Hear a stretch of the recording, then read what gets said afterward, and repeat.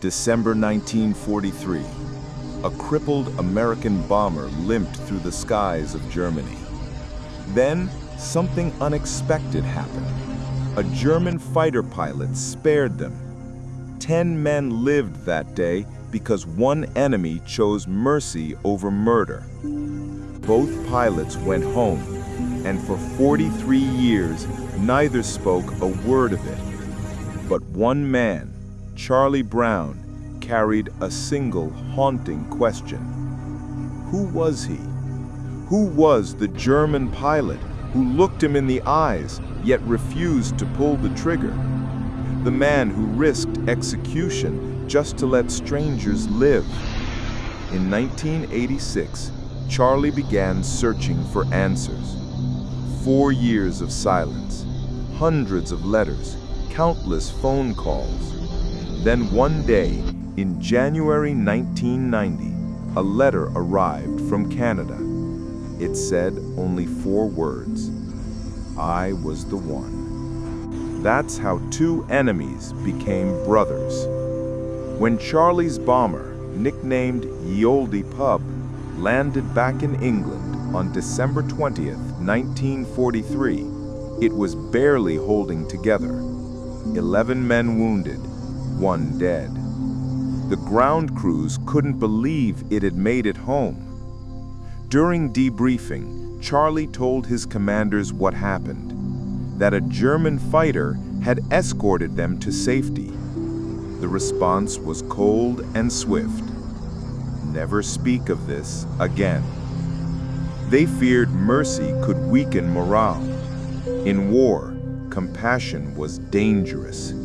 So Charlie stayed silent. He finished his missions, came home to West Virginia, went to college, and rejoined the Air Force.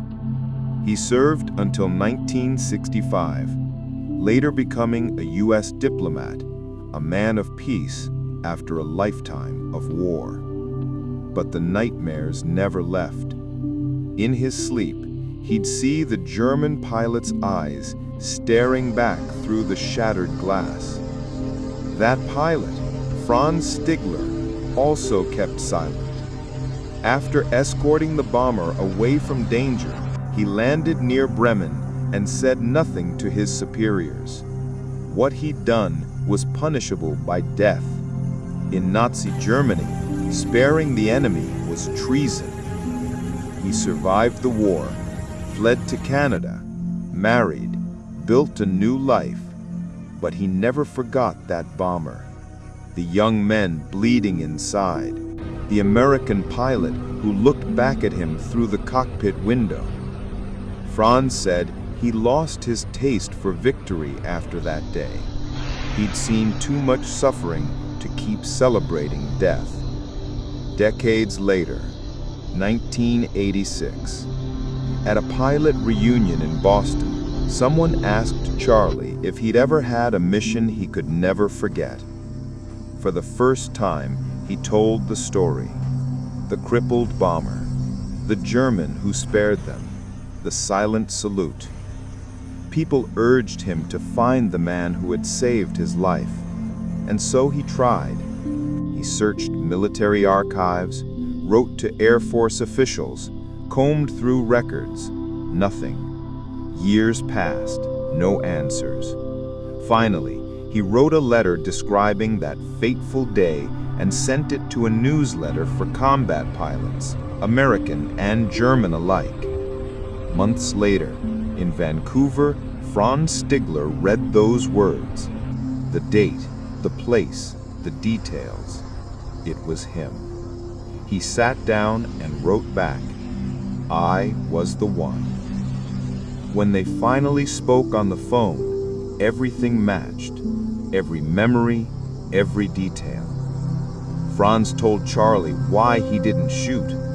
His commander once told him, if I ever see you shoot a man in a parachute, I'll shoot you myself. To Franz, the bomber crew were just like those men, helpless. Killing them would be murder, not combat. 6 months later, they met face to face in Seattle. A camera captured the moment. Franz stepped out of a car, saw Charlie, and ran to embrace him. Both men wept. Franz turned to the camera and whispered, "I love you, Charlie." They became inseparable friends. Charlie's nightmares stopped.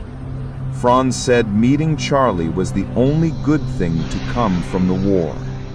Their families met, children, grandchildren, lives that existed only because of one act of mercy in 1943. Some called Franz a traitor. Others called him a Nazi. But he didn't care. He knew what mattered, that even in war, humanity can survive. For 18 years, they remained brothers. Franz died in 2008 at the age of 92. Charlie passed away 8 months later. Thousands of miles apart, but forever connected by 10 minutes in the skies over Germany. Their story became a book, A Higher Call, but their true legacy is this: that one act of compassion can echo through generations. That even in humanity's darkest hour, a single man can still choose light.